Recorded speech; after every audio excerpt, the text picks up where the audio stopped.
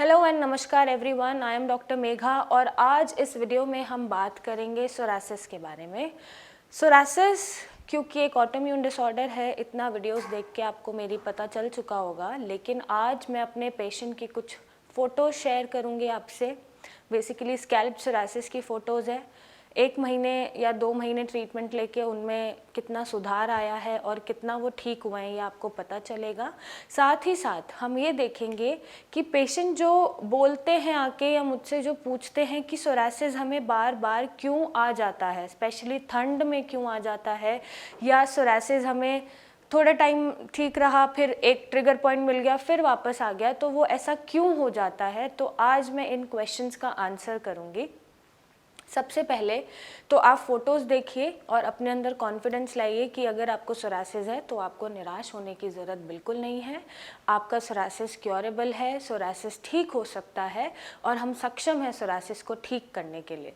लेकिन साथ में हमें आपका साथ चाहिए होता है, आपकी हेल्प चाहिए होती है, ताकि आप डाइट अच्छे से मेंटेन करके रखें, अपना लाइफस्टाइल अच्छे से मेंटेन करके रखें और चीज़ों को अच्छे से फॉलो करें, ताकि सोरासिस आपका क्योर हो सके, जड़ से ख़त्म हो सके।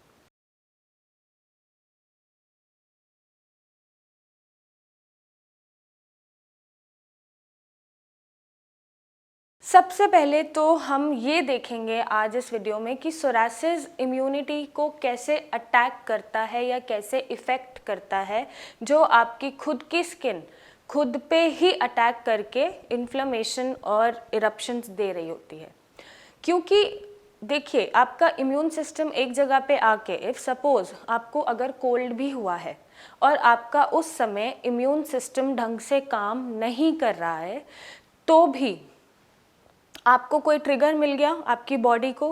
बेसिकली बॉडी का फिनोमिना क्या है कि वो किसी भी फॉरेन मटेरियल या किसी भी इन्फेक्शन के अगेंस्ट डिफेंड करती है। ठीक है, सपोज फीवर आना, कोल्ड होना, ये सब डिफेंस मैकेनिज्म होते हैं बॉडी के। हमारी जो बॉडी होती है वो लड़ती है, जो भी ऑर्गेनिज्म या कोई भी चीज़ अगर बॉडी को अटैक कर रही है तो हमारी बॉडी लड़कर कुछ ना कुछ साइन एंड सिम्टम्स दिखाती है।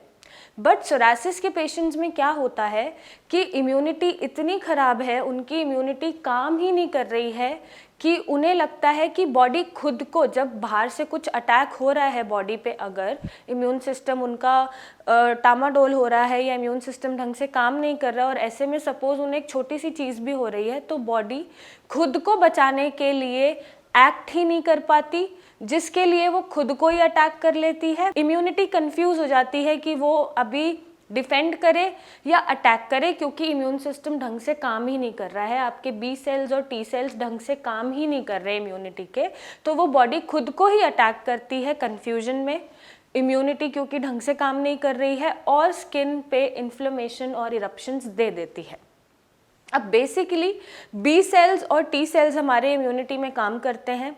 बी सेल्स एक पार्ट है WBCs का जो इम्यून सिस्टम में पाया जाता है। जब भी कुछ भी बाहर से अटैक हो रहा है तो बॉडी डिफेंड करने की जगह बी सेल्स क्या करते हैं, साइटोकाइनिन्स ज़्यादा रिलीज करते हैं। अब साइटोकाइनिन ज़्यादा रिलीज हो रहे हैं तो उसकी वजह से आपकी स्किन पे इन्फ्लेमेशन दिख रही है, स्किन सेल्स आपके इन्फ्लेम्ड हो चुके हैं और टी सेल्स उनकी ग्रोथ को बढ़ाते रहते हैं, क्योंकि बॉडी की इम्यूनिटी समझ ही नहीं पा रही कि उन्हें बॉडी को डिफेंड करना है या बॉडी को अटैक करना है। तो इस कन्फ्यूजन में आपके बी सेल्स और टी सेल्स कन्फ्यूज्ड होकर ज़्यादा साइटोकाइनिन्स प्रोड्यूस कराते हैं, जिसकी वजह से आपको स्किन पे इरप्शंस और इन्फ्लेमेशन दिखती है और टी सेल्स उनकी ग्रोथ को बढ़ाते रहते हैं। तो इस तरह सोरासिस पेशेंट की इम्यूनिटी काम करती है। अब बात करते हैं कि आपको इसको वापस आने से कैसे रोकना है। सपोज आपका सोरासिस एक बार ठीक हो गया, चाहे आप मेरा ट्रीटमेंट ले रहे हैं चाहे नहीं ले रहे हैं, डजेंट मैटर। अगर आपका सोरासिस एक बार ठीक हो चुका है तो आपको ध्यान रखना है कि आपका इम्यून सिस्टम कहीं भी कॉम्प्रोमाइज़ ना करे, ऐसा कुछ भी आपको बीमारी ना हो या ट्रिगर ना मिले उसको कि आपका इम्यून सिस्टम फिर से कंफ्यूज होकर खुद ही की बॉडी को अटैक करने लग जाए और ऐसी वापस से इरप्शंस दिखा दे या सोरासिस को वापस ले आए। उसके लिए आपको अपना लाइफस्टाइल मेंटेन करके रखना है, उसके लिए आपको स्ट्रेस नहीं लेना है। अब स्ट्रेस भी ये नहीं कि सोरासिस के पेशेंट हैं तो सिर्फ सोरासिस को लेकर ही स्ट्रेस होता है, नहीं। स्ट्रेस होता है कि आप किसी भी बात को, अगर कोई भी छोटी सी बात को आप ओवर थिंक करते रहते हैं, वो भी स्ट्रेस है। आपको किसी का डर है, भय है, फियर है, वो भी एक स्ट्रेस है। आपको किसी का शोक है, ग्रीफ है, वो भी एक स्ट्रेस है। तो ऐसी बहुत सारी कैटेगरीज हैं जो हम स्ट्रेस में डिफाइन कर सकते हैं। आपको ये कोई भी चीज़ें नहीं रखनी है। सिर्फ सोरासिस का ही स्ट्रेस नहीं होता। पेशेंट आते हैं, मैं पूछती हूँ सोरासिस को लेकर स्ट्रेस तो नहीं है? नहीं, सोरासिस को लेकर भी स्ट्रेस है। ये भी एक स्ट्रेस होता है कि हमें सोरासिस है, हम ठीक हो पाएंगे या नहीं हो पाएंगे। इतना नहीं सोचना है, अब तो सोरासिस हो चुका है। अब ये सोचिए कि उस सोरासिस से बाहर कैसे निकलना है, उस सोरासिस को ठीक कैसे करना है। अब यही सोचते रहेंगे कि सोरासिस हो गया है, ये हो गया है, हम नहीं रह पाएंगे, हम नहीं जी पाएंगे, हम औरों से अलग हैं, एबनॉर्मल हैं, हम सुंदर नहीं हैं, आगे शादी नहीं हो पाएगी, बहुत सारी चीज़ें होती हैं। तो ये भी एक तरह का स्ट्रेस है सोरासिस को लेकर, आपको ये भी नहीं सोचना है। और आपको जनरली, इन जनरल जो स्ट्रेस होता है, जैसे किसी का फियर है या ग्रीफ है, या फिर नॉर्मल आप बहुत सोचते रहते हैं, किसी भी बात को सोचते रहते हैं, तो ऐसे भी तरह तरह के स्ट्रेस आपको नहीं लेने हैं।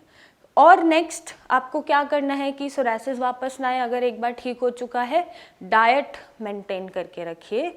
ज़्यादा मिर्च मसाले, बाहर का खाना, जंक फूड और पैक्ड फूड, मैदा, फ्राइड, नॉन वेज ज़्यादा मत खाइए। तो इन चीज़ों को आपको ध्यान रखना पड़ेगा, ये चीज़ें फॉलो करनी पड़ेंगी ताकि सोरासिस आपका वापस ना आए।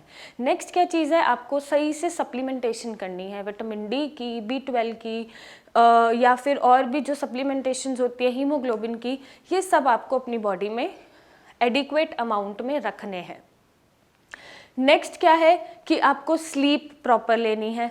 आपको अच्छा सा पैटर्न बनाना है कि आप अच्छे से सोएं, ताकि ये जो एक पैटर्न डिस्टर्ब हो जाता है तब भी बॉडी स्ट्रेस में चली जाती है।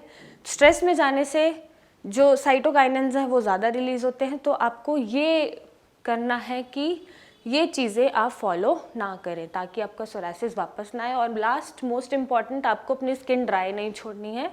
आप उस पर मॉइस्चराइज़र लगाते रहिए, ऑयल लगाते रहिए ताकि वो ड्राई ना आए। बस इतनी सी बात है। अगर आप ये चीज़ें फॉलो करते हैं और सोरासिस आपका ठीक हो चुका है तो ये आई एम श्योर कि ये वापस नहीं आएगा।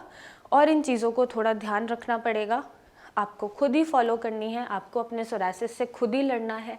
आज आपको पता चला होगा कि सोरासिस में एक्चुअली इम्यूनिटी वर्क कैसे करती है और आपको इरप्शंस और इन्फ्लेमेशन स्किन पे कैसे दिख जाती है।